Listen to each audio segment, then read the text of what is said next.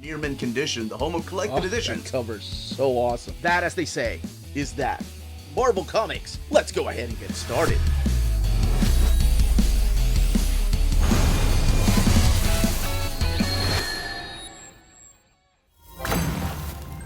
How's it going, everybody? This is the Uncanny Omar from Near Mint Condition, the home of collected editions. And today I'm going to be giving you an advanced look at the latest Handbook of the Marvel Universe. We are looking at the official Handbook of the Marvel Universe, Master Edition Omnibus Volume 2. So let's go ahead and get started.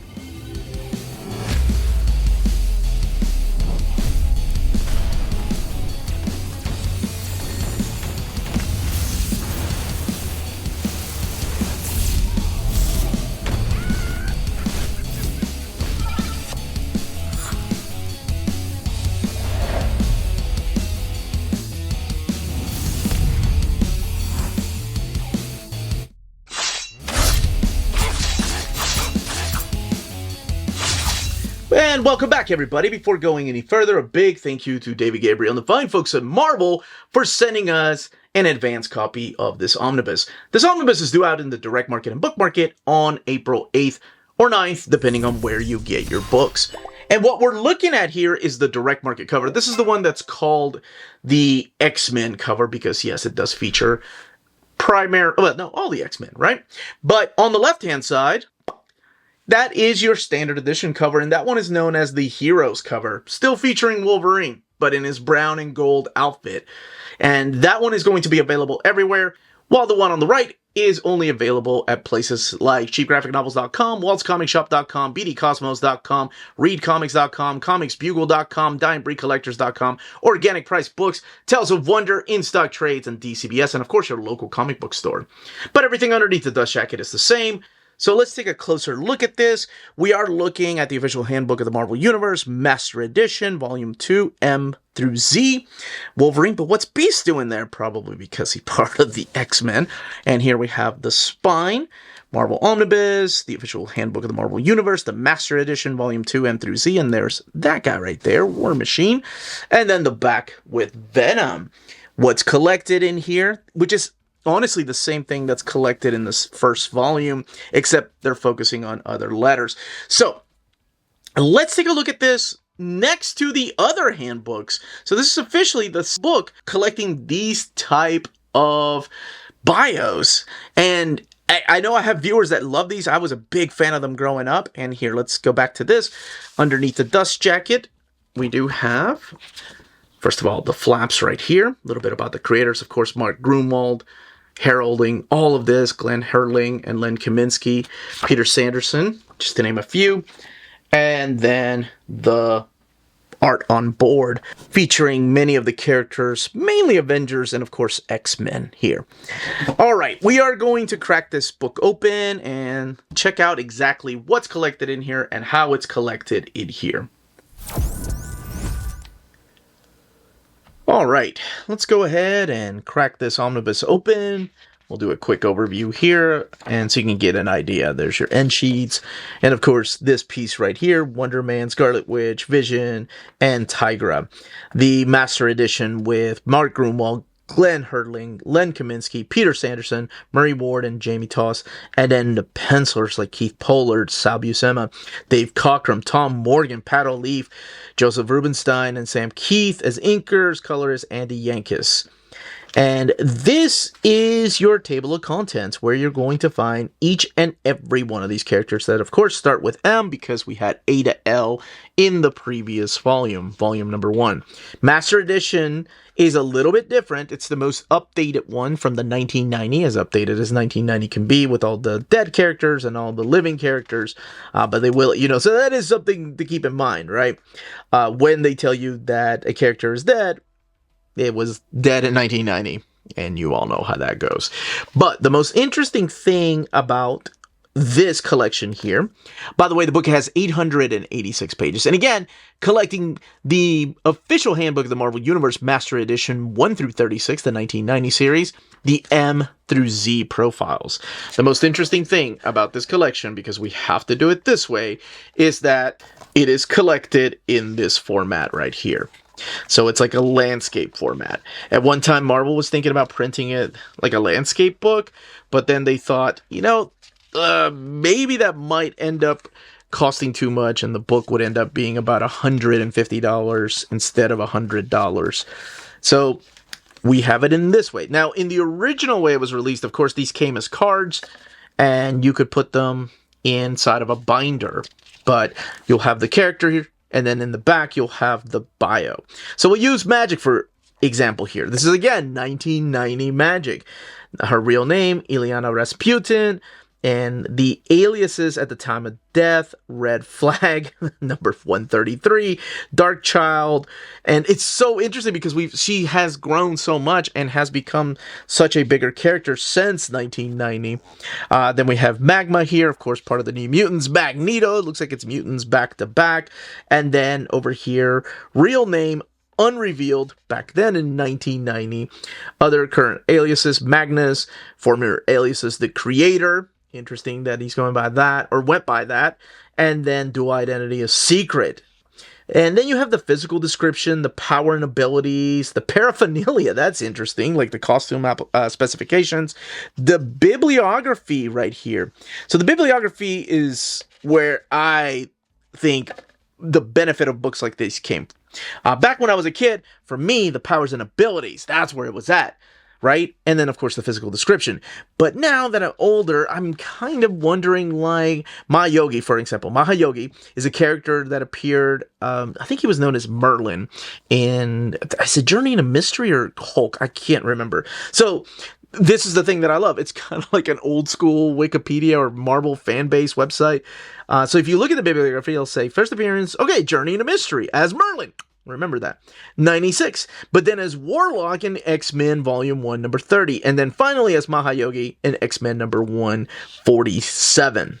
So Volume 147. And the Incredible Hulk 210 is his origin issue. So it'll tell you significant issues. Major Victory. This is one of my favorite characters from the Guardians of the Galaxy. But he didn't appear as Major Victory. He was known as just Vance Astro. So here you have the first appearance as Vance Astro in Marvel Superheroes Volume 1, number 18, of course, from Guardians of the Galaxy. And then you have him appearing as Major Victory in the Shadow, and fully in Guardians of the Galaxy number 19 and Guardians of the Galaxy number 20. The origin issue is in number 18. And then you'll have other important appearances like the Giant-Sized Defenders, the Thor Annual, Avengers, Guardians of the Galaxy 1 through 4, when he started looking like that, because when he originally appeared, he was a little bit different. There's Malekith, and again, a little bit outdated because some of these characters are now gone. But it's the kind of things that I like looking at. When I was a kid, I loved, this was one of my favorite collections that I had, because again, they came in a binder and you could put them in any order you wanted. You could separate it by villains, you can have heroes, and I thought it was just such a cool idea. This is Mr. Fear, of course, a character from Daredevil, and first appearance Daredevil, and then as Star Saxon as Mr. Fear. And then telling you their real name if they knew it back in 1990. So, pictures here from different panels from the comics. Like that was a Walter Simonson pick. This is Paladin, who first appeared in Daredevil, but then probably known because he was in the pages of Amazing Spider-Man. Last name first, if they didn't have a code name. And they have the 2099 characters here. So we have Ravage, so let's see.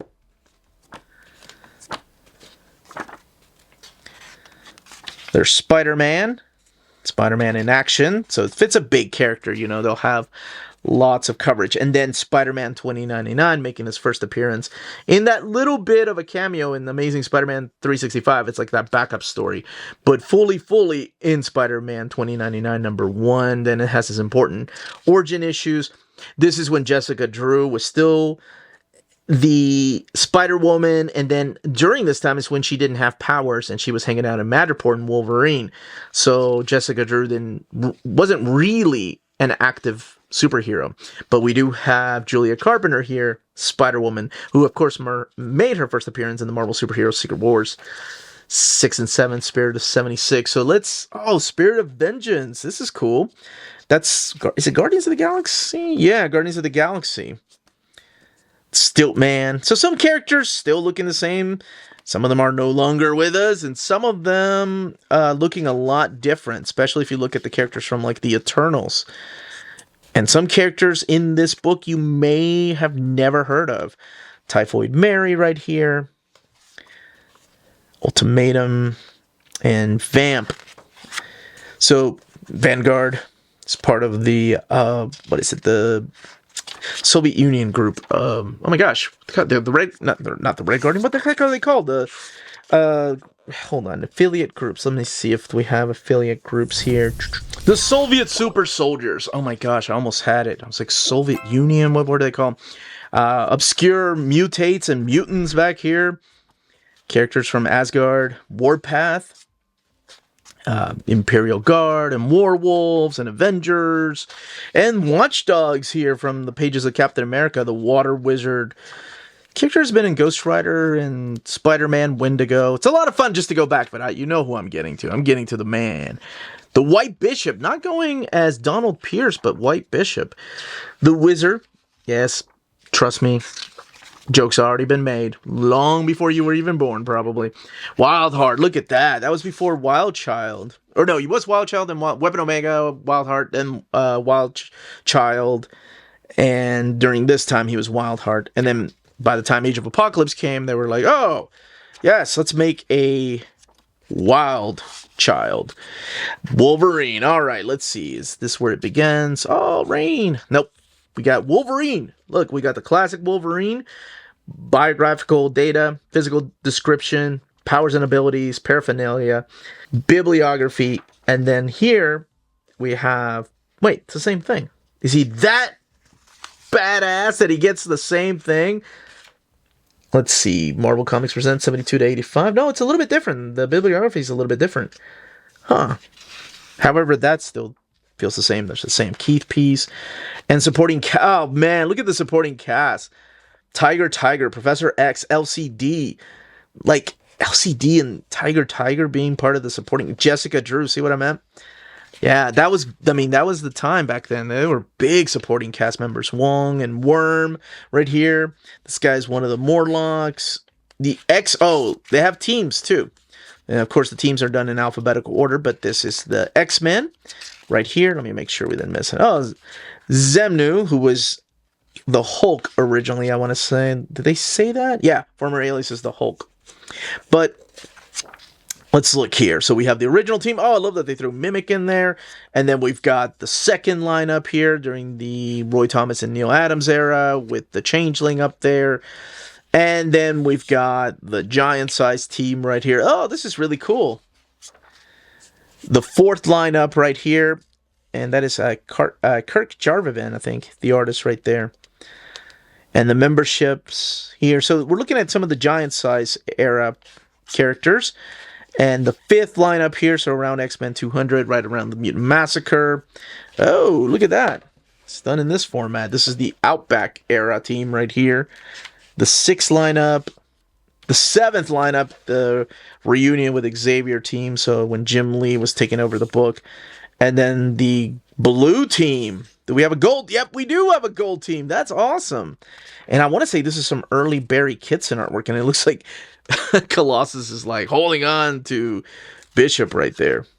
And we have supporting cast, including this character, Nariel. Now, if you've read a lot of X-Men, you know why that character is important. And we may have seen that character show up and the importance of legacy a little bit later. Zarathos right here from the pages of Ghost Rider, Zero, Mutant Liberation Front, Zeus, of course, appearing. I think he was a Thor character. Yeah, Thor. Definitely in Thor. And then some of the Celestials. But that's what this is. Oh, the second Zodiac, Zuras. And then back here are the introductions for the issues. And I want to say the first one each issue had an introduction. Oh, the glossary back here. Special glossary for accessories and definitions for like adamantium. And then we have, yes, Master Edition introductions, issues 23 through 36, the ones that had one. And then these are trade paperback versions of that. So these are the books that settle the fights at recess. And now collected in omnibus format. Let's look at the binding. 880 pages. This one printed at the iMac printer. And maybe when I was flipping through here, you'll notice that there is a little bit of bleed through happening. You can see the words coming from the opposite page. Sometimes, not really the picture. Silhouette, New Warriors, baby. No, you can, yeah. Some of the picture coming from the opposite page. So that is something to keep in mind. It's still printed in glossy paper stock, but it's a lot thinner than the paper stock like from the Donnelly printer.